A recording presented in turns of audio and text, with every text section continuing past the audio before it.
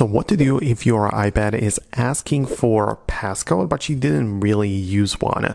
So let me explain it. And if you're new here, subscribe and we can get started. So if you don't have any passcode, in the sense that you don't type one in to unlock the device, but instead use things like Face ID or Touch ID if your iPad supports it, well, to set that up, you are required to have a passcode, right? So if I just go to the settings real quick and find the Face ID and passcode, or Touch ID and passcode, depends on your iPad, but you can see I click on this section and it asks me the code in order to get inside the settings page, meaning that I had to set it up in order to use Face ID. So the question is, if you're using Face ID or Touch ID, then you definitely have a passcode on your device. And yes, you could technically reset it, but it would be a lot more difficult to do. But yeah, if you use that like biometric authentication, then you definitely have a passcode. Like if you remember it, no problem, you can change it or turn it off, whatever, but you definitely have it attached to it.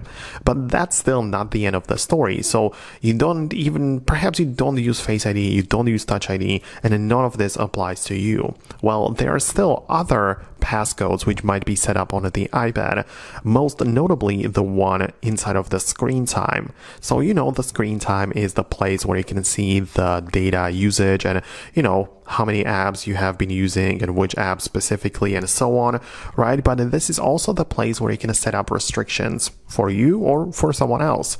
Like for example, app limits. You can decide that apps are going to be limited to a set period of time, so you cannot use them any longer. Or there are also these restrictions in place where you can decide that apps cannot be installed or deleted or so many other things.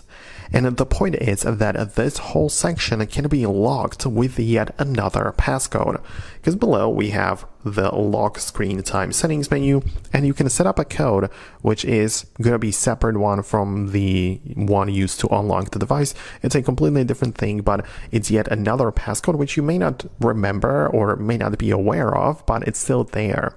So that's something which you should pay attention to as well. Like this time, you can see that there is a code which is specifically made for this, right? And yeah, like I cannot really do much, right? I cannot change anything, right? I cannot disable the app limits because I have to type in the code. And if you don't remember it, then that's going to be a little bit interesting, right? But that's essentially what I wanted to explain, that there are like more scenarios and more places you can set up the code. But I hope that I was able to help you out. Let me know your thoughts and opinions about it below, but I'm going to wrap it up. Thanks a lot, and I'll see you later.